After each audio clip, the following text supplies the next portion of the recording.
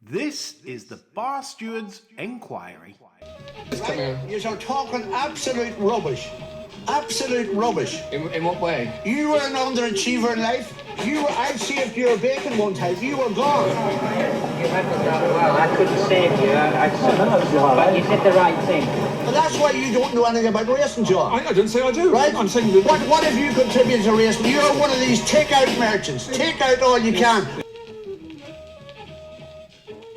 Hello, and a big warm welcome to what is a interesting weekend indeed. Yes, we've got Betfair Chase at Haydock, Racing at Ascot, which poor old Harry Cobden's been binned off to ride some shit around there instead of Brave Man's Game up in the Betfair Chase. And for this show, I'm very pleased to announce we have managed to obtain the services of Mr. Chris Gartner, a rich stranger on Twitter, for those of you that follow him on there. And so, Chris, it's a big plug to you and a welcome on your very first show. Having me, Lee, and the rest. Yeah, we're excited for this. And but not to be undone, we've got a Jumps King Naps champion, not Andy Richmond, as you'd probably imagine. No. It's Jonas Lang, and you've got a Flat King Naps champion in Andy Richmond. It's the wrong way round. But as perverse as it is, you can read John's fantastic notebook on Sunday on Patreon, £7 a month, which someone actually complained the other day, chaps. Someone said, you're doing false advertising, you bastards. It's £7 plus the vodka. It's £8.40 with the VAT. I'm thinking, you're moving. Was it Pakistani, lately? Yeah, a bit of Palestine there, maybe. I don't know. I'm not going there either. Anyway, right, it is what it is. But honestly, there's some fantastic write-ups on there. John's, Andy's National Notebooks. Hopefully, we've got Chris going to do some more stuff this winter for us. Email your lad in Karachi there, Lee. Tell him I'll send him the difference in a postcard, and he can roll it up and shove it up his ass. My Welsh sounds Indian and my Irish sounds Pakistani, so yeah. It's this North Yorkshire twang. We're all thick up. Right. Wait until I start pronouncing the French names later, Lee. There you go. Oh, no, Monsieur. Crikey. Yeah, Monsieur. I fancied one, but I'm not sure I can say it, so...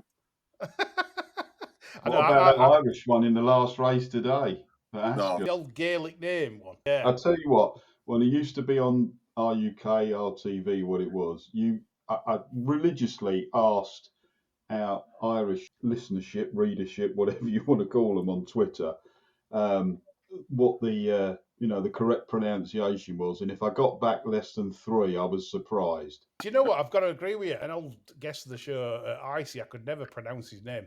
Like like Gearoid. So, like as you read it, so is it Gerard? Is it Garage? Garrod? I have no idea. It'd be selling the trainers from Foot Locker out of Dublin last night, wasn't he? Well, yeah. Is it trouble over there? Kicked off.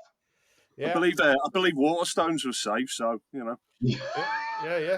Right, let's get down to it. This is the round that you all like because it's our very best bets for Saturday's racing and also Sunday if any of the panellists fancy a go at anything on Sunday or anywhere where they want, really. I've stuck to the TV races for my 3 bets. It'd be interesting to see where the panel has gone and whether we get any klaxons. So without further ado, as it's player's privilege, Chris Gartner, away you go. Your 1 point bet, please. 1 point bet. Okay, here we go.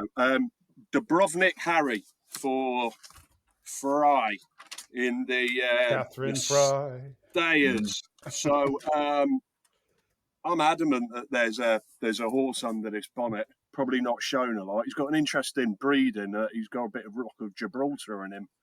So Fergie remembers that, doesn't he? He was an eye catcher at Cheltenham. I thought in the race that no one can get right, but the Irish seem to do the per temps. He was just held onto by Johnny Burke, but he's just travelled so smoothly. Look, not for the first time, so it is a bit of a shaky one. But Fry's had a good winner today. He's got a decent 20% strike rate when he brings one up to Newton, and yeah, I could see him running a pretty big race. To be honest with you, he's posted some decent times. I just hope they don't hold on to him for too long, So go with Dubrovnik Harry for me. Dubrovnik Harry, yeah, 12-1. That's a fair price. Chris, are you on the nose here, or do you want the 5 places? No, we'll go Knowsley. Nose, 1 point win, 12-1 Dubrovnik Harry. Good stuff. That's in, of course, 220 race there at Haydock. Right, that's a good start. It's a nice price. Andy Richmond, coming to you. Can top the price. I'm not sure it's going to win or not, but I'm hopeful this thing's going to get in the frame because I think it's it is way overpriced in relation to the favourite. So we're going to go to the last race at Haydock, the Getting Out Stakes, Dubai Days. Now, much of the focus in that air race last time out, that the 2.5 mile handicap chase surrounded Famous Bridge, which is quite rightly favourite for this, but 3-1 plays 25s when they were separated by not very much. Now, you can tell me that Dubai Days might not stay this far, but the pedigree would suggest it's not too bad. He ran really well last time. He's only beaten 6 lengths, Dubai Days. A horse I've always liked. He's never been at his best when he's fresh. He's 0 from 5 off long breaks. He'd been off 7 months, so I didn't expect too much at air last time out. This looked really, last time out, if you watch the race, it looked like a real comeback effort for Dubai Days. In a race that his yard, Nick Alexander, they'd actually won that race for the last 2 years. Now, it took him 1 or 2 starts to be seen at his best last season, so I'm sort of pushing the envelope a little bit here, that he might just be about right for this. He's really versatile in terms of ground, so I don't think it'll worry him what the hell they've done at Haydock, and I'm only 10 miles down the road, and it's been all sorts of everything this week, so... It goes well for Bruce Lynn, who rides him tomorrow. I'm a little bit worried about the class, but to be honest with you, take Famous Bridge out of this race. There's not an awful lot in it. Yeah. Credo's a decent mare. Doc Pick Me I quite like as a horse, but he had a terribly hard race last time out. They've done well with Wasdale Dundalk over the summer, but I think they're pushing it a little bit with him. There doesn't really seem to be an awful lot else in here. I just think he's overpriced at 25s. And if he doesn't win, I'd be disappointed if he doesn't get in the 4. So I'll have half a point each way. If I can nick the 25s to 4 places, then I'll be quite happy with that. Andy Richmond there, miserly grinding away with the 4 places. I learned it all off Nev. Yeah. Nev loves a price and a grind. 25s available there with Paddy Power, Betfair, and Bet Victor at the time of recording. Also, Boyle Sports. If you... yeah, enough said. So there we go. Good start, Andy. 12s and 25s. John, can you match this in terms of interesting price selection? I can't match this with interesting price selection or indeed with interest. But anyway, here we go. I'm off to Lingfield, believe it or not. I thought you might. 11 o'clock. No, 2:53. I'm not an early riser, Andy. Oh. King of Still be going by then. King of Scotia. Now, this one has been got ready fairly slowly by the teeth. He picked him up from a good yard, so it's hard to say improving the horse too. But I do think now there's a little bit of wiggle room. He needed the first 2 because he'd been off a little while. Possibly seemed to take the piss out of Safi a bit as well. 3rd run he did well, held up at Windsor. But the last day, a little Irish phrase there, he reared as the stalls opened and he kind of scared the shit out of Callum Shepherd. They didn't give him much of a ride after that. Egan takes over here. I don't think he'll be taking the piss out of him. He's come down £7 since coming to Osborne. And I think the extra distance, while not cast iron on breeding, I think on running style, I think it'll suit. It'll almost be certainly be ridden, I'd say, for one of them late slingshot moves down the outside anyway. 1 point. 4-1, just Denise opened up at the moment. So, John, it's got to be 2 rule books here. I like the sound of Denise opened up. With boots on, of course. So we wait for the fair price policy as us bar stewards go. Yeah, and as I'll stick to the fair price.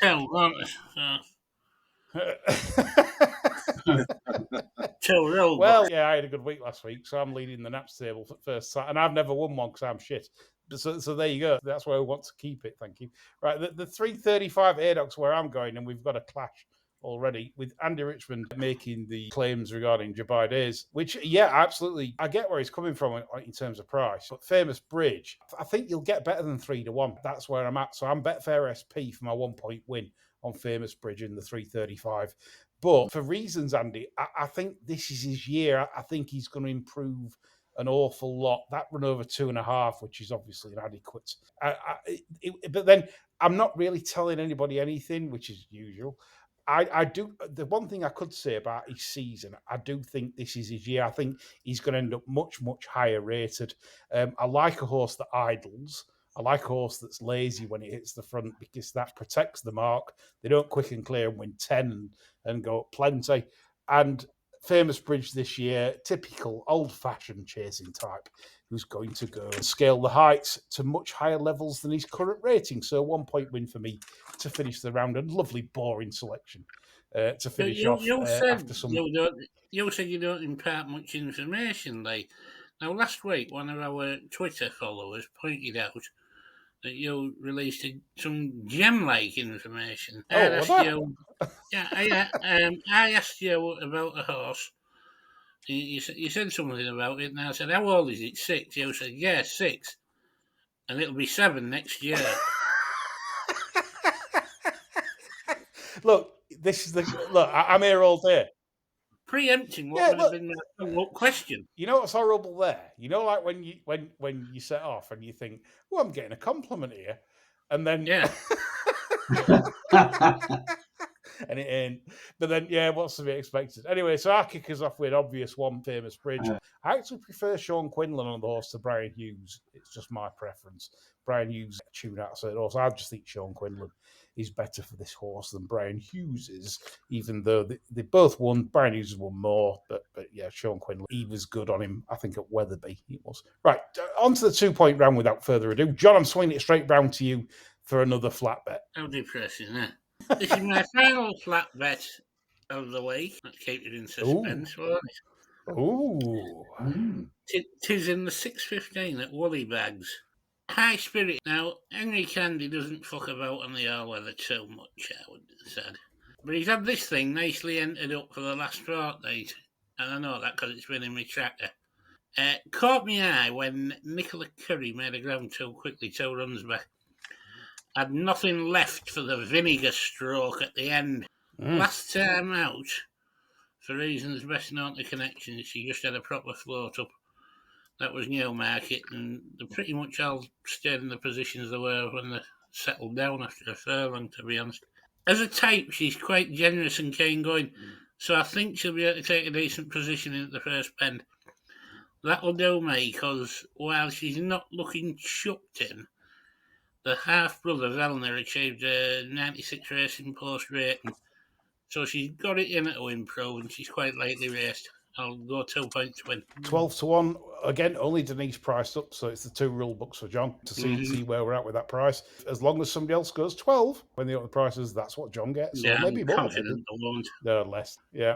So High Spirit for John with Nicola Curry on board, John. What do you think to her? Bang average. Yeah. They're not as impressive as Candy's eyebrows, are they? Oh, God, no. Looks like 2 it's like caterpillars squaring off for a scrap. I mean that literally is. That literally is. You know, like it's not as publicised now, but Movember, you know, like when everyone's doing the old tashes and beards and stuff. Candy just turns up with his eyebrow blowing in wind. It's like the good ones, them. He had big eyebrows, didn't he? Some people don't do their ears on the nasal hair, do they? Yeah. Or ear hair. So they've got like cactuses growing out of their ears. Yeah. Can't be a good monobrow, can you? No. Exactly. This is the thing with the old guard. Some of the old guard love blowing the... Right, that's digressing. Right, I'll swing it back around to me then quickly to get my rubbish over and done with. 2-pointer. Again, is another more obvious bet. And I've gone against Andy. Now I'm going against Chris, which is disappointing. He goes in the 220. It's the obvious State Lane. So I don't know if I stated it last round, but I'm going Betfair SP all my bets. Slate Lane, I think, was toying with them the last twice. It pulled its absolute... Oh, God, Jesus. It really pulled all the way around at the Abbott. And I think... this horse has got so much more to come. So much more. I think you're looking mid-140s before this reaches its ceiling. The problem is, can it be afford to be keen again up in class? And can it afford to be ridden more patiently? No is the answer. I don't think Haydock's the place to ride a patient race, really. I don't think it's that type of track on the hurdles course. So for that reason, I'm not bouncing, and that's why I'm going Betfair SP. But I do think there's a hell of a lot more to come from this horse. And old Emmett will be pushing this to Paul Byrne will be pushing this to JP. Come on, JP, get the checkbook out. Get the checkbook out for the old Cheltenham win. So yeah, Slate Lane is where I'm going with my money for 2 points win. Andy, over to you. Right, we're going. They say you should never return to the scene of the crime, but we're going to return to the scene of a Ned Fox crime. The other week, I'm going Sunday back to our old friend Enjoy Your Life, who really ought to have won that conditionals race when Venetia could have won with a stable cat, dog, donkey, and still is. She's a winner this afternoon, didn't she? But I thought Ned, he's all right, but I thought he just went. He got, to nick one of John's favourites, he went for the old vinegar strokes a little bit too early, didn't he, at Wincanton? And he really, if he'd have held on to Enjoy Your Life a little bit longer, I think he would have beaten Hurgo. I really do. He's been tried. The one slight worry is that the distances might just do him the 3 miles, because I think he's probably better at 2.5. But I think with the Deutschman, Charlie, back on board, I think he'll be travel, hold on to him. The horse is incredibly well handicapped still.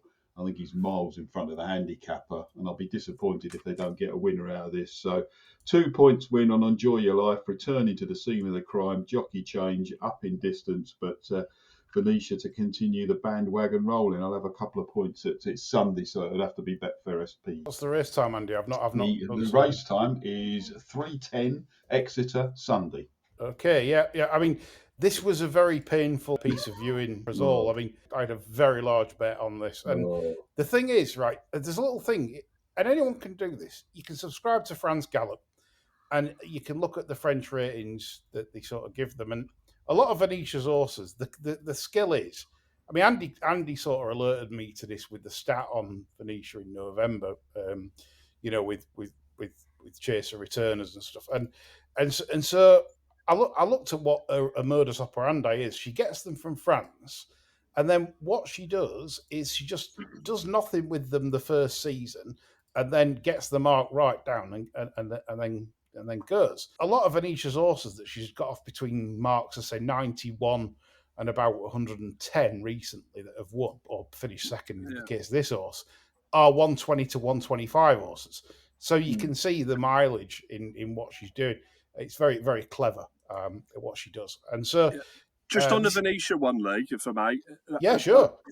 I was listening to her the other day, and one of the reasons why she said her horses are in such better form this year is just the amount of rain that they've had in Herefordshire, and getting the rain into the deep gallop has meant that a lot of them are more forward now. It was bloody dry last year, weren't we? I mean, we were firm ground all over the shop. If you look at a record with horses like that this year, all the years we've had a dry autumn. She's done badly, and every time she has a wet autumn, or we have a wet autumn, she does well. So, exactly, and the ones that she buys, Andy, invariably high knee action, French bred. Want a bit of juice in the. The other thing to watch for, Chris and everyone, is the fact that is watch when she gets them. A lot of them have had chasing experience in France, and she tends not to run them straight away over here over fences, but runs them over hurdles. Exactly. And then the other aspect punters get into is that they back them second time out. Yeah. And the problem is she gets them so forward and gets them so right that they bolt up. Obviously not in this case, unfortunately, that you're talking to. But well, the most impressive one was that mare at Lingfield the other day. She's done amazing with that to get half 91 because, again, the French form, it looks 120. And off put I'd got the other day with that steaming in and going mad on the mare that won at Lingfield was the fact that they had... in the similar rate, they're going for the mayor's final, and the one last year they stopped one of Bob Buckler's, former Bob Buckler inmate, and they definitely stopped it 100%. I don't give a shit on this show. I'll say what I think, and they just basically thought, no, we can't be asked. I mean, it reversed the form by 27 lengths in the final against Creeder, which was also, fairly well in still. Yeah. And this they're brilliant. They're brilliant at placing them and what they do. So wary about going knee deep on the one earlier in the week. I did bet it in running, but yeah, it's obviously short of price then because everyone knows. Not too far. Yeah, everyone knew after 2 fences, all it's got to do is jump round to win. But yeah, good points made there by all. So some nice angles there. Chris, I'll come to you to finish the round. All right, then. So I'm heading to the big one, the 240 at Ascot, which is a Class 3 Mares Handicap hurdle. And yeah, and it's another fry, white hot chili filly here, daughter of Milan. She's a monkey and she carries a big old weight, but by God, she's well handicapped. I mean, she was they brought her back after 271 days at the Abbott. Abbott heavy going. What global warming and all. Incredible, that, isn't it? And yeah, and she managed. But old Ben Bromley managed to get her beat when she was. Oh, she looked like the winner, to be honest. You're going around the home turn, but she was only a net behind Rose of Arcadia, who they thought was good enough to have a crack at the Premier Handicap at Cheltenham last time out there. She goes back into Mare's company today, which is obviously going to be easier. You would have thought. She's dropping class, carries a bit of weight. Burke jumps back on Phil Bromley. I think Fry's the type of yard that they have a few go in. When they have a few go in, you want to be on them. And comes back right-handed. All her wins are right-handed as well. So I think there's a lot to like there. I think Fergal's mare who won Chepstow beating Honeyballs one could well bounce. That was a long layoff there, so I think she's the right favourite. I'm not sure on the price, Lee, but she'd be a 2-pointer for me. Corking, right? So that's 3-1, I believe, with William Hill and Bet365. Chris, just one thing though, would you think you might want like soup or softer ground, maybe, or are you happy on good? Yeah, I think you could say. I think you could maybe say that about a few of these on here, that they want it a bit deeper. To be honest with you, I like the Honeyball mare, but she bled last time. No, I think she's just so well in that you've got to assume if they run her here that they think that as well, haven't you? Right, good stuff. We love a big mare. So I'll kick us off then on the 3-pointer round. Yes, this is the one where you get your lucky 15s ready. Thanks for that, Chris, to finish the 2-pointer off. But it's 3-point time. As we're on the subject of mares, yes, 158 on the Lucinda Russell mare is where I'm going. I think it's going to be a miserable weekend for the Donnelly owner. And Gallard de Mesnil shoulders 47 penalties for this, and he's half arm to start his campaign over what looks pretty. I don't think they bothered. I mean, they've sent Paddy Mullins over to ride it, which tells you all you need to know. They're not asked. And the one here is, of course, the Lucinda Russell trained Apple Away. This mare, I think, could go right to the top. There's nothing to say that she won't. There's nothing more to like than a mare that wants it. Do we agree, chaps, with that? We come to a fact here that this is a mare that does, and she tries her hardest. And she's also won a very good race at Aintree to finish the campaign last season when winning the Sefton. And I think if you've got a mare that tries, wants it, and she's already won a point, I think this could go right to the top. I really do like her. She gets all the weight allowances. Even if you did the official ratings thing, she's officially rated 141. I know she's not been over fences before, but basically she comes out on top of the weight in terms of, as it stands, if this were a handicap, she'd be thrown in off current weight conditions. So there's nothing not to like. So 3 points win on the Scudamores, who got quite emotional about this mare, by the way, in an interview with that Old Gold Racing did on YouTube. It's worth watching. Scudamore got emotional about this mare, and he said that this mare is essentially the business. So they really like her. The horse. Yeah, that's it, yeah. Lucinda didn't, but old Skew, he had waterworks on for this mare. He thought she was up there with the ones, the Ahoy Seniors and everyone else they thought this mare could get there. So, yeah, nothing not to like. Whilst I respect Grey Dawning, Dan Skelton's, I think that is to be respected because these have been needing a run. I do oppose the Willie Mullins runner in this. So, yes, Apple away for me, 3 points win. Chris, coming to you. Okay, I'm going to Haydock before the low sun comes in. Hey! Yeah, be there with my Ray-Bans tomorrow. 20-1, the handicap chase, and I'm going real stone for the Skeltons. Now, backing a Skelton horse at the moment, but I think there are signs. In touch this lad at Aintree when I was there.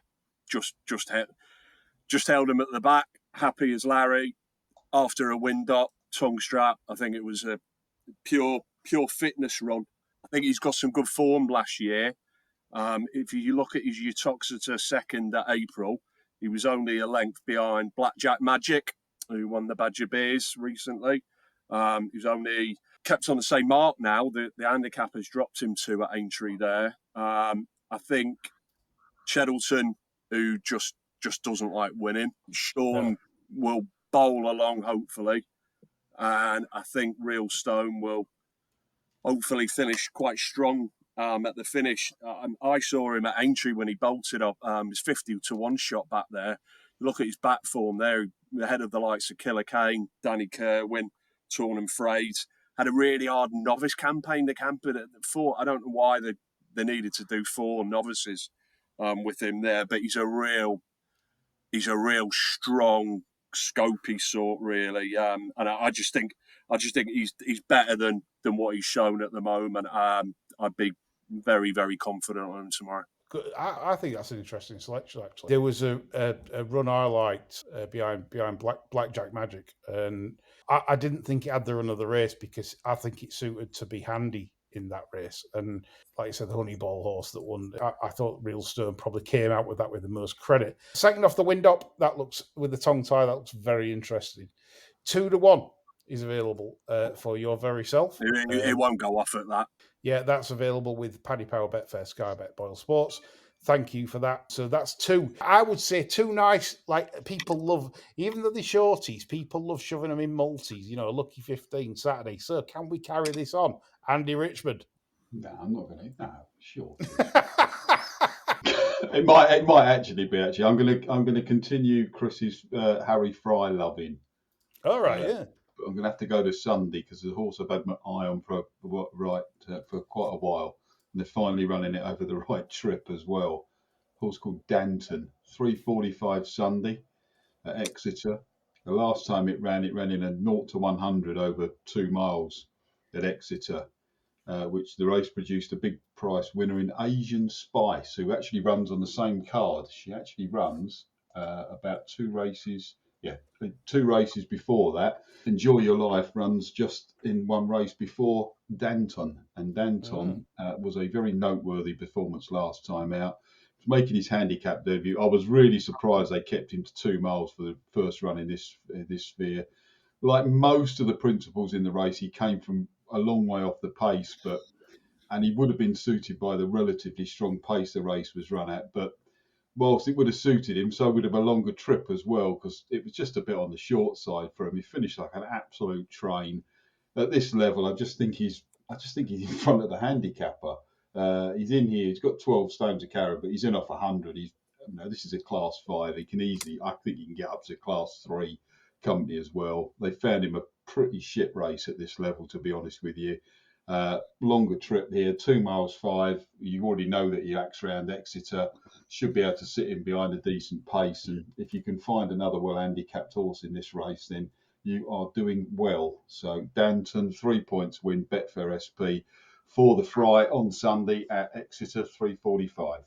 Interesting selection, that, because the 5th horse in that race, Major Fortune, I had quite a large bet in the morning on this, only because I got told that it was off for its life. I actually think that race was quite a decent race for the grade. This could be a race to look at some really dirty 0-100s. I like them. Yeah. Well, there's nothing wrong with them. If you can find the right ones and they're off, it's fantastic. It's like a nipple twister. You found that, because that's the hard part, finding the right one. Because it's like, oh, will this be off today? Will that be off?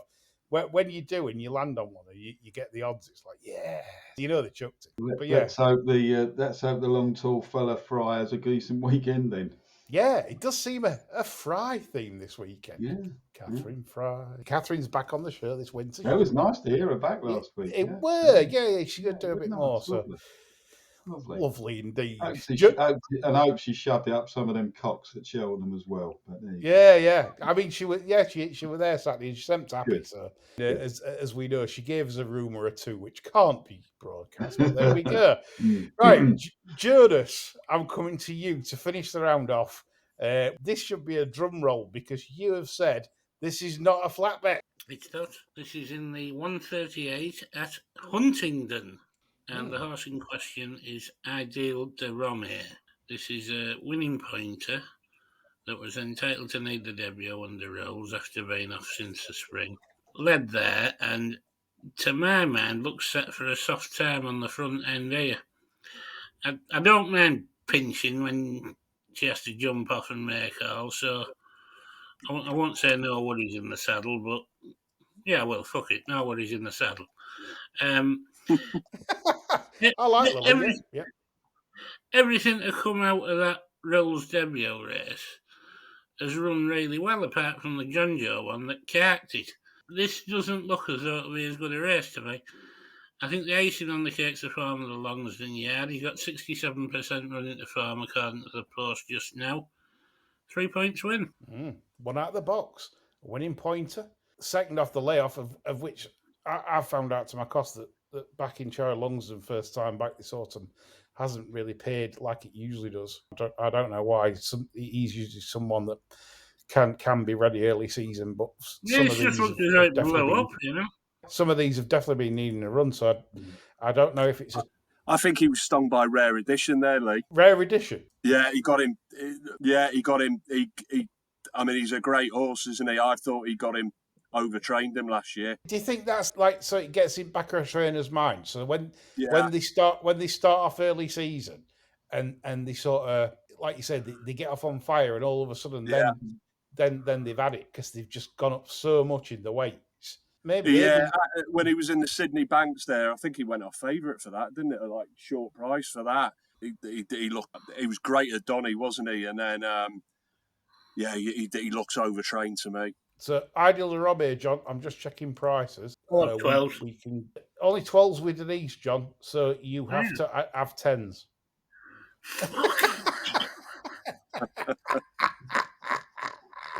Look, that's a tremendous end to the 3-point round, chaps, because basically we've got we've got three sort of shorty price. It will be.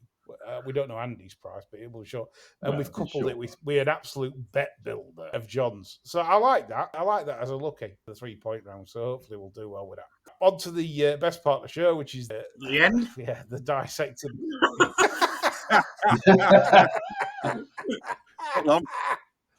That. But anyway, we've got some television action. I'm not going to cover the Morgiana for a threes on shot, so we can forget the Irish one. We'll go and do Haydock and Ascot for anyone that's sort of still listening. Right, the Nirvana Spa 1965 chase at Ascot is where we start. The 130 there. And this is, again, I think it's a weekend of misery for the Donnelly because I've tipped against Gallard de Mesnil at Haydock in the graduation. And I also think, and I've thought for a long while, that Shishkin's a pig, a very talented pig, but the Might Bite was. This is how it is. I'll say it as, people say, that's a terrible thing to say for a horse that's beat Hoy Senor. Thrash Peak Dory, 16 length over this course and distance. So how on earth can you be crabbing a 4 or 6 shot? I'll leave it to you guys. Am I talking rubbish, Chris? Well, when you say about Shitskin being a pig, right? Is like a pig in the sense of he's a little pot-bellied pig. He's not like the Vietnamese jobs that you can have in the house. He's not like Mike Bates, who was a fucking massive Gloucester spot. Look, let's be fair. Let's be fair, right? I am probably in a minority in the fact that this horse has had 17 starts under rules and won 13 of them. including doing a lot wrong when beating in Ergamy at Ascot. But I'll be honest, I think that race I finished. still think he's a Tom Munt, yeah. That race finished, that was him done right there and then, because after that, he had a break, was pulled up next time, 260 days off, tailed off in the Tingle Creek, wind surgery, then the tongue tie comes out, then the cheek pieces have come on now. You've got Divi Nico in the saddle. There's nothing to me to like about this at 4-6. And I'd roll in with the pumpkin one at 2-1 just to run its 160 race, and Shishkin runs about a stone below form and gets beat. Discreet with the pieces. Then have they said why they're reaching for the gear now? I think because, like, you look at the horse's career and you look at most. Look, and I'm not saying he's not uber talented. Jesus, you've got to be a moron to say an horse that's 13 from 17 and a multiple Grade 1 winner is a pig. We'd love to own 100 of these in a stable. But I'm trying to, from a punting perspective, I'm trying to put a health warning on it in terms of, right, when it beat Ahoy Senor at Aintree, Ahoy Senor must have just... What run its race in there? Conflated, pulled up, run no sort of race. Obviously, late last seasons. Well, isn't it? Yeah. Ahoy Senor were just jumping like an idiot, and it's beat it a length and a half. I don't believe the official rate that the ratings they assign to them, because Ahoy Senor then must be 210 if it had done everything right in that race. In the finish there, though, was it? Sideways, wasn't it? Yeah. So for me, this is where you've got to look outside the box. I think Pete Dory turns up. I think best to catch him fresh. I think if he gets his jumping right, like he can do on his A1 days, I just think he just pops off and makes all, and that's it. And I think Shishkin will probably come off the bridle halfway because he'll be. Is this not almost a mirror image with with Shishkin in the Altior role and Pic Dorhey in the surname role? I think so. Is that not exactly the same? And I tell you what, okay, you've said obviously the ratings are bollocks sometimes, but you wouldn't, on pure ratings, you couldn't rule out Manila Drama, could you? No, but you could make a case for him being overpriced, can't you? Yeah, you could at the prices, but you'd also say, I don't know how you come to a true rate of 157. Pete Dory slammed him. He had the run of the race at Aintree. If somebody gave you a bet on this, you'd put it on Pic Dory, wouldn't you?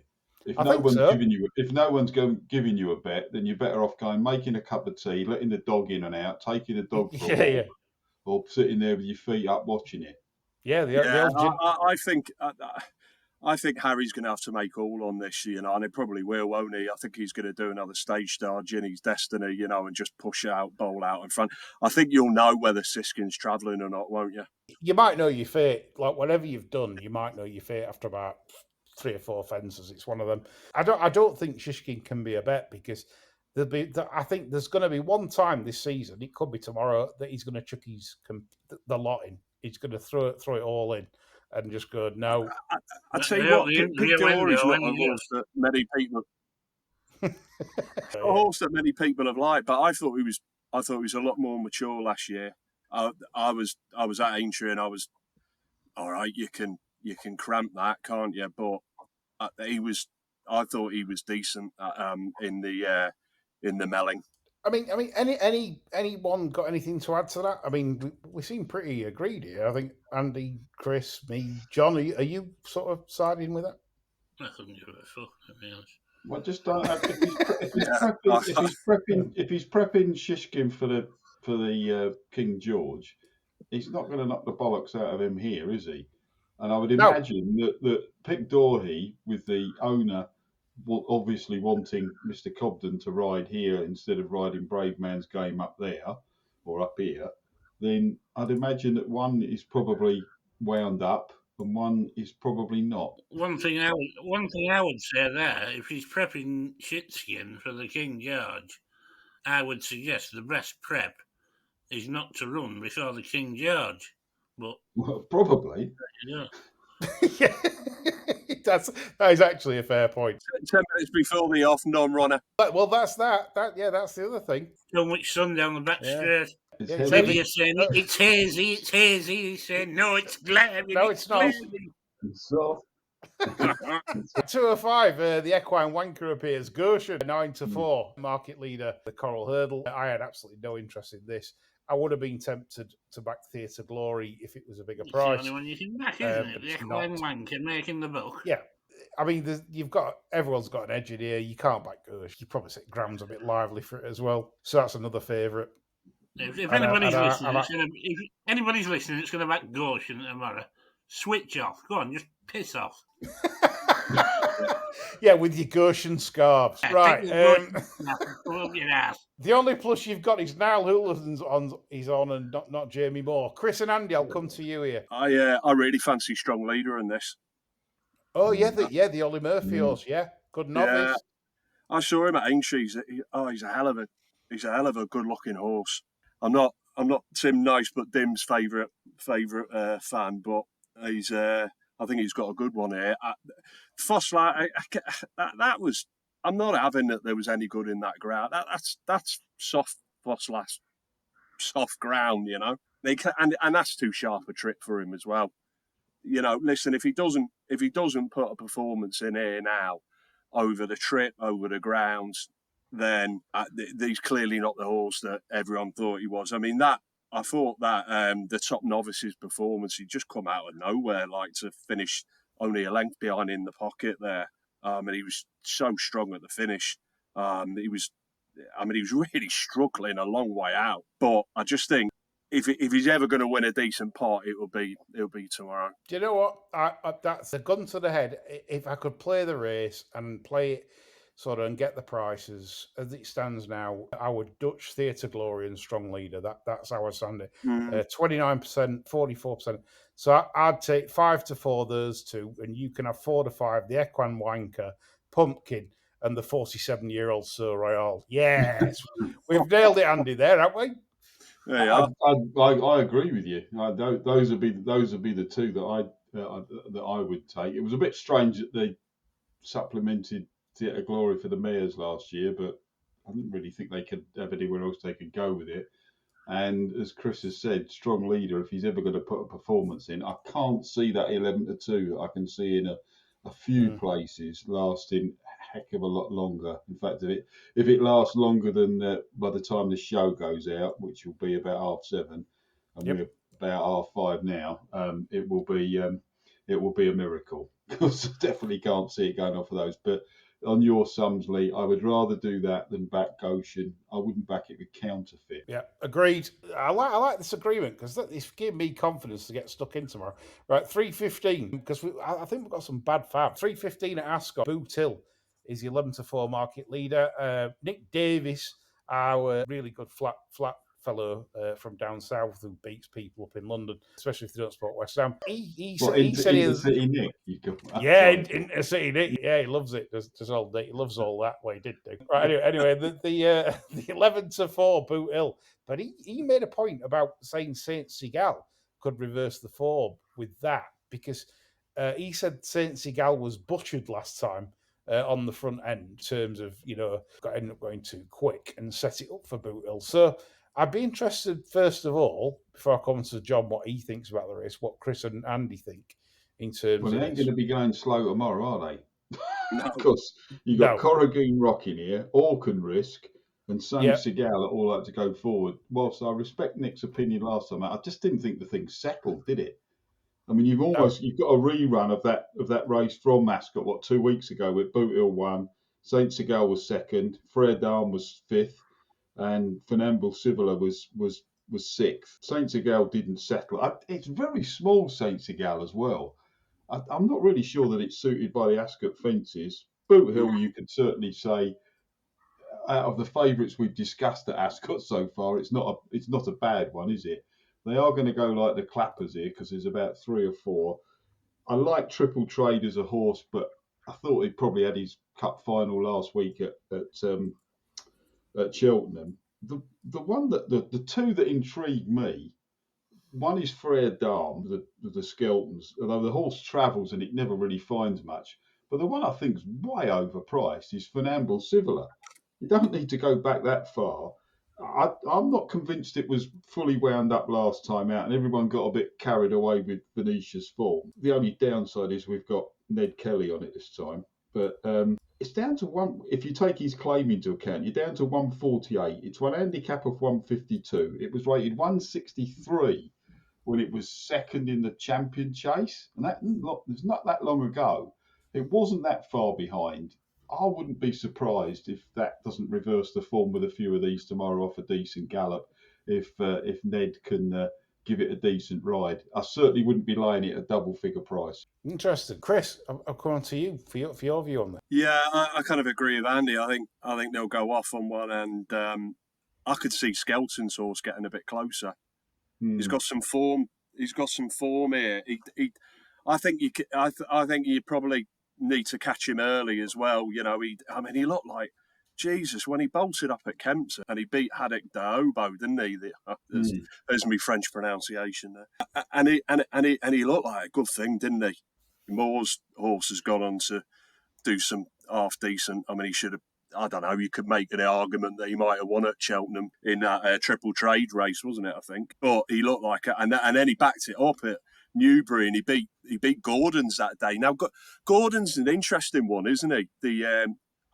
I'm not convinced he's a chase, and I don't think I've listened to a couple of comments. I think he's reluctant to send him over a fence because they had one go, didn't he? And then they dropped him back into the hurdles again, and obviously won the Betfair and what have you. But if you look at who Skelton's horse had back at Newbury, he had Snowden's That's All Right Gino, who's a lovely type on the right ground, as well. And I could just see him getting a bit nearer to Boot Hill, who carries a bit more weight this time, doesn't he? I mean, 12 stone off a strong pace. It's going to test him.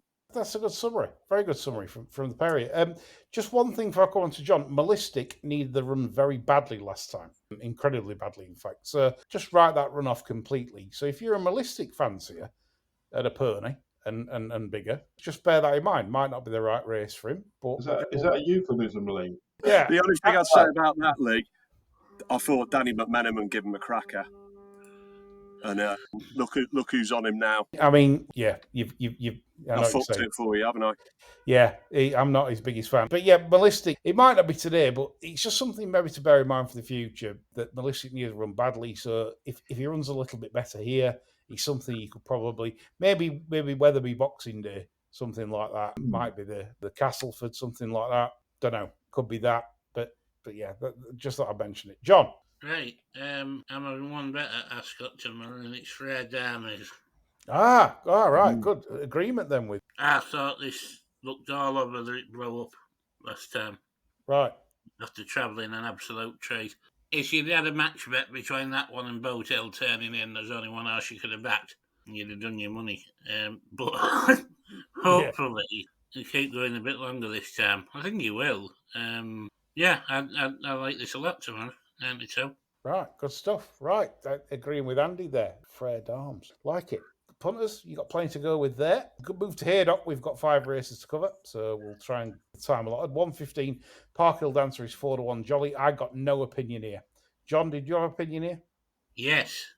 Ooh, go on. Tell me. Lac de Constance. Yeah. This one made significant progress as a Norwich chaser last year. Getting the mark at 145 at one point. However, at the Kempton Christmas meeting, he wasn't suited to the drop-in trip. And as a result, the pace of the race caught him out. He unseated his rider. And after that, a few errors crept into the jumping.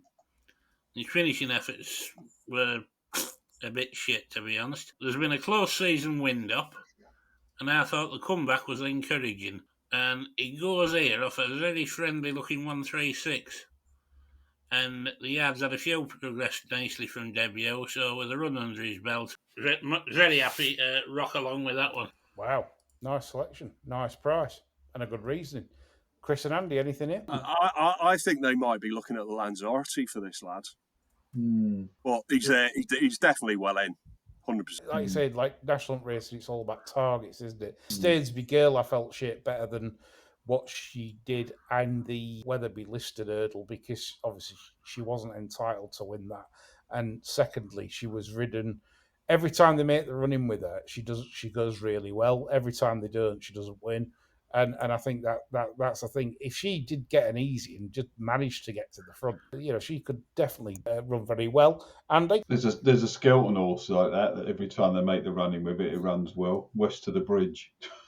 I My old friend from last year. Yeah, I think that's I think they like to bet that. Yeah. Yes, they do. Yeah, when it lines up in front, there's also, just to digress slightly, there's a horse of Neil Mulholland's called Ragamuffin, which has only ever won from the front, but they declined to front run it for about the last 10 runs. But keep your eye on it when it lines up at the front. The 115. If I had to play in it, and I don't really want to, but I did think Fingal's Hill would be one that I'd have a small play on for the 2 horseman. Peter Atkins has only got 2 horses, hasn't he? This lad. Incredible. Then he got 2 horses. If a farmer really, he's had some decent horses over the years. Actually, if you go back, both fed by McIvers. Fed by McIvers feed, Northallerton. Irish Road. Get that plug in. But that would be I think the horse is still on the up, but it wasn't a race that sort of really, popped the eyeballs out, shall we say? Yeah, I'm definitely eating during that race, though. I might have a little bit on Lactacons. KFC, Lee? You having a KFC or something? Yeah, actually, I ain't had one of them for a bit, and I'm busting for one. I'll be honest, right? I really am. But the one in York's shit though. It's shit. There's a few in Sheffield that are really good. One at Shire Green and one at Meadowhall. They are absolutely tremendous chicken. And one at Southend on Sea as well. Right, the 150 Haydock is, of course, a bit far for me to go. It was local. Well, Partridge did it in Toblerones and in his bare feet. Toblerones, you're not bothered if they go cold, are you? Yeah. Well, exactly. Deliveroo from it. Yeah. Get Uber Eats, get the cab. 150 is the Betfair graduation. I've already said my piece on this, so I'll leave it to you chaps. John Lane. I don't even like this. I mean, what's it all about, Barry? I mean, yeah. You got a Grand National third run in a fucking graduation chase. Send them home. Sorry. Summed up lovely. Yeah, so John might be back in the flame-haired Lucinda's mare with me and rowing in with me. He may be not as well, I can tell you that now. He might be in the scratcher. Andy? If I had to have a bet in the race, I'd probably row in with you, Lee. But it'd be a race. It'd be like so many of the races at the weekend. It'll be a race that I shall be watching rather than partaking with monetary investments in. Yeah. I think it's an interesting race to watch, but I can't really see an angle into it. You think he's got any sort of plan with this guy lad Demesne, or is he just seeing what pops up in the calendar? I think the last three appearances for Gallard de Mesnil, he's got beat, and he got beat at 4-11 and 5-4. I just don't think they're bothered first run. I just don't think they do. It's like it's a future event for them. I think he's making a twat of himself. Yeah. Yeah, for sure. Chris and Andy? Yeah, he's got to win this on racings, isn't he? But Skelton was adamant at Great Dawning if he'd stood up in the Aintree that I mean, he said it on a number of occasions that he would have won. I love the mare. I think she's as tough and genuine as they come. But I think she's a 3 mile of soft ground. She ain't getting that tomorrow, and that would be my concern on Chase debut against a Skelton horse that's obviously had a run. I mean, I don't think he stays 3 miles yet. I think the dropping trip makes sense. I actually thought he looks, to my eyes at Exeter, I thought he looked the winner. As I said before, Skelton was adamant in the Sefton that he would have gone pretty close there. If I had to, I'd probably have a play on Grey Dawning. He blew up for me at Exeter, so I agree with that. And that is my danger. I'm against the fav. And again, it's just a race I'm probably just happy to watch, but I'm not sure. I know I wouldn't be backing Galliard de Menil in this. As John said, it's a bit of a strange old race to run him in, really. But maybe he's got such an embarrassment of riches that he has to run him. He has to run him somewhere. I must admit, Apple Away would have been about the seventh on my 5 to follow, if that makes any sense at all. She was certainly on the longer short list, and she is a good mare. But appreciate what Chris says, and as we're both Second on your reserve list, then, Andy. It was on my reserve list, yeah. It was definitely on my reserve list, John. But we must admit, we haven't had an awful lot of rain in the northwest in the last 3 or 4 days. So it will be, for once, unless Kirkland's bunked over the fence. Is he still there at Haydock? Or has he gone? And he's always knocking around. He's always knocking around, yeah. So whether he's ordered some water in, then it should be a little bit quicker than it normally is there. Yeah, personally, I don't feel she needs heavy. She won a point on good ground, and the way she moves to me isn't a problem. But you might be right on trip, Chris. You might want 3 mile plus. She might be an absolute grinder over time. We'll see. Right, the 220 is the serial winners stayers handicap hurdle. We've had tips here. Slate Lane from me, Dubrovnik Harry for the Harry Fry theme for the weekend for Chris. So we'll leave this to John and Andy to have a little go here on this. John, where are you on this one? I'm with the proven course and distance horse, Wacko, who had no chance held up last time. After what I thought was quite a nice pipe opener on the flat at York, he looked stuffier than a big fat stuffy thing and still ran all right, I thought. He'll come here hard fit, and I think there's a little bit of value in his price at around 20s, 25. 50's a bullseye for you, Jim. No! Yes. There's a couple of quid there at 75 on Wacko on Betfair at the moment. There you go, John. You know what to do. A few KFCs there, couldn't you? You could. You smashed that big bargain bucket. I always order the wicked variety bucket as well because you get the value out of that. You chuck out the shit chicken and eat the best bits. I don't like the bones. Sometimes you can bite through the bones by mistake. Yeah, I know. Yeah. It's the bones are soft. I'll tell you what, you lads are very confident you think it's chicken as well. Well, that's another thing. Hey, Chris, we don't go there, all right? Fair enough. Talking about eating videos, have you seen a geezer called Beard Meets Food? Yeah, he's great. Now he did a giant Parmo this way. I couldn't help thinking of John. The latest video was a giant Parmo. Yeah, the Parmo is obviously famous to the northeast, and I only had my first one a few years ago when John introduced me to it. But yeah, good job it weren't a giant Cleveland steamer. Andy, on that note, Cleveland steamer's bad enough. Yeah. Well, the obvious one, I suppose, is Crambo, seeing as the owners had a skirted around the affordability checks and managed to get a few quid on. I suppose if you do fancy him tomorrow, the obvious thing to do is try and take any 33s for the stayers. I was quite impressed with the horse when he beat Santos Blue at Aintree the other week. Santos Blue is actually a horse I like, but I thought he won with an absolute ton in hand, Crambo. But as you say, you're never quite sure what you've got with Slate Lane. There's one or two others kicking around here. I mean, fine margin. I mean, what the hell to make of that? First run for Mullins, really don't know. Even Charlotte Jack, right down the bottom, interests me. The other Skelton horse, that's not too bad. Then you've got Emmett Tom, who was a useful horse a few years ago. Chris has put up Dubrovnik Harry, who I respect that as well. I think Chris summed it up well. There's a horse in there somewhere. It's just when it comes out, and I mean even the top weight Bold Endeavour's drifted to a massive price. The one I couldn't work out earlier on when the prices first came out was Lord Snooty as third favourite. I thought that was a little bit short. As for playing in the race, if I was going to back Crambo, I might as well back it for the stayers because if it wins this, we all know what will happen. The price will be about half that. I probably won't play in the race, but if you put a shotgun to my head, which probably a lot of people would like to do, I'd have to side. I'd have to side with Crambo, I think. I was impressed with it last time. It's very, very boring. It's very blogger-like, that, wasn't it? It is. Nothing wrong with that at times. But they've used that race as well, Andy. Paisley Park and Stony Mountain came from that entry race to go up to 3. So, and I don't think you need a proven stayer in here. Botox Haas, who's obviously gone on and won over 3 before that, and Main Fat came from the flat, didn't it? Wasn't it? That was when he won about that thing. How many did that win in a row? About 8 in a row, didn't it? was a bad day, that. God, that was grim. Oh, God. The biggie, the 3 o'clock, the Betfair Chase, Grade 1, of course. Not necessarily numbers, just the 4 go to first.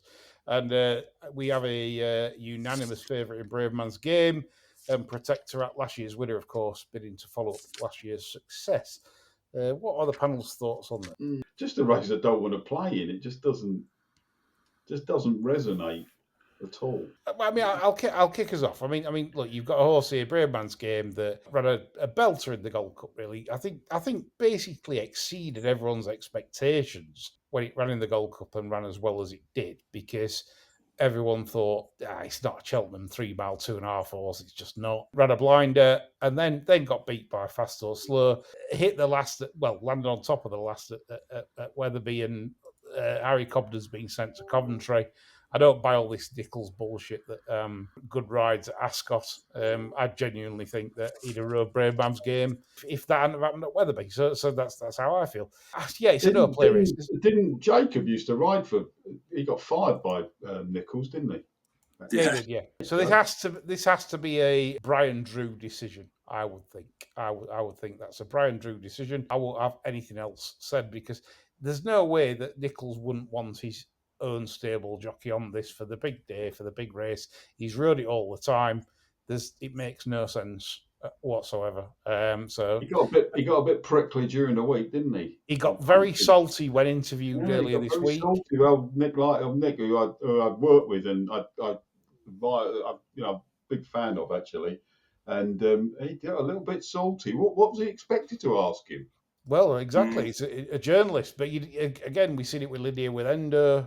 You start going there with these big traders, and they just don't want to know. So, right, okay. So me and Andy not really bothered about this. Chris, what were you saying? Yeah, I don't buy this Cobden. What's he's going to Ascot potentially?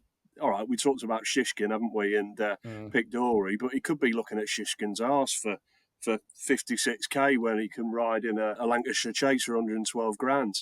It just not for me. And also, I could not have that Brave Man's Game wasn't A1 in the Charlie Hall. I just, and then people were saying, it was a tired jump. He just made a mess of it. He walked through that fence on the last one. He stops it. He paused it, and he's taken off the fence. Like it was a bad error. I could see this race going any which way. I could see the Gold Cups. I could see the argument that the Gold Cups left a mark on Brave Man's Game. I could see the argument that he bolts up. I could see the argument that the Protectorat, this is Gold Cup. It's a race to watch. You could also construct an argument that they do something stupid and take each other on, and Korak Ramblers tailed off and then comes pissing past them. Yeah, like an outfit will Protectorat be when Skeltons have been needing a run also, So I know, like, Skelton says he's got him right, and he believes he has, but he probably thought that about a lot of his other inmates, and they've just been just needing it slightly. So who knows? It's too tough for me. John? Anything bad in Brave Man's Game, really. I just couldn't get involved at the price, I mean. Yeah. Stable jockey's fucked off. I think the run at Wetherby wasn't all that inspiring. 46 Betfair Sportsbook. No, thank you very much. And maybe have a little bit on Royal Pit Yell, if I had to have a bet. But I don't, so I'm not. Well summed up. Right, 3:35. Let's finish up. Short on time. It's the Betfair free racing multiple handicap chase. Famous bridge for me. Boring late. A much more interesting selection from Andy at 25's Dubai Days. So we'll go to Chris and John for their thoughts on this. Chris? Eleanor Bob. Right. For Venetia. Yeah, lovely big mare off 626 days, but you just don't pay attention to that with that yard, do you? Owned by the same owner breeder who owned Pink Legend, who was a good horse at the yard there. Thorough stayer, Saturday, Deutsch Williams, big handicap, stayer. I'll probably back Famous Bridge tomorrow on course. This she's won it a couple of times. She won it with a mare last year, didn't she? Off a long break. So Eleanor Bob's the one that interests me the most. Yeah, the price is 9-1 currently available. John, to finish? Yeah, Credo punched up last time, but she might not even confirm the form with Coconut Splash. I thought it was badly ridden. Ballybody was gagging for a bit further last time, and second run off a wind up, he probably offers a bit of value against this field where, for my money, there's too many mares with chances for my liking, so I'd probably rock along with Ballybody. For the good old doctor, Dr. Richard Newland. You know my views on mares races. No? Yeah. Yeah, he doesn't like the fillies races, does he? Yeah. Fillies and mares. Lee, just to I've just quickly run some numbers on Skilton. The last 2 months with horses that have been off 100 plus days, he's 13 from 85. The winners below expected, or winners above expected, is minus 1.82. If you'd have backed all of them, you'd be doing 33 points at SP. You'd be better off. You'd be far better off laying them. So there you go. If you laid all of them, you'd be winning 23 points.